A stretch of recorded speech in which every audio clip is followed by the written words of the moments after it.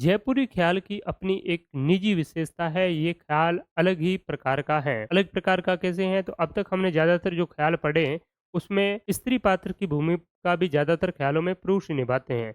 लेकिन जयपुरी ख्याल में स्त्री पात्रों की भूमिका स्त्री स्वयं निर्वहन करती हैं।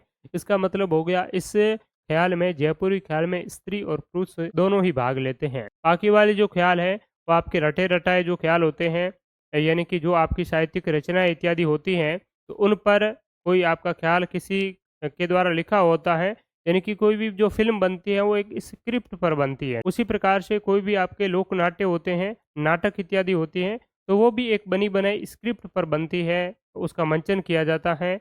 कोई किसी जैसे उपन्यास ले लिया, गबन ले लिया, गोदान ले लिया या फिर राजा भर्तृहरि की कोई कथा ले ली, ऐसे जो होते हैं उस पर है वो पहले कोई आपके रचनाकार है वो कथा लिखते हैं, उस पर है वो ख़्याल का मंचन होता है। लेकिन जयपुरी ख्याल में क्या है, नए प्रयोग किए जाते हैं। कभी कोई न्यूज़पेपर पर, समाचार पत्रों पर आधारित कुछ घटना है, वो भी ख्यालों के रूप में है वो मंचन कर दी जाए, तो इसमें क्या होता है विशेष रूप से नए प्रयोगों की है वो अधिक संभावना होती है।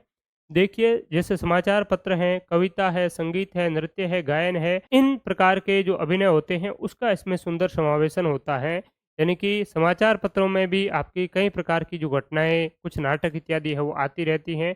तो ये भी इसमें इनपुट कर दी जाती हैं, कुछ गीत है, नृत्य हैं, तो सारी जो चीज़ें हैं, वो दिन-प्रतिदिन की घटनाओं पर आधारित कुछ नवीन जो चीज़ें हैं, वो भी इसमें क्या है ऐड की जाती हैं।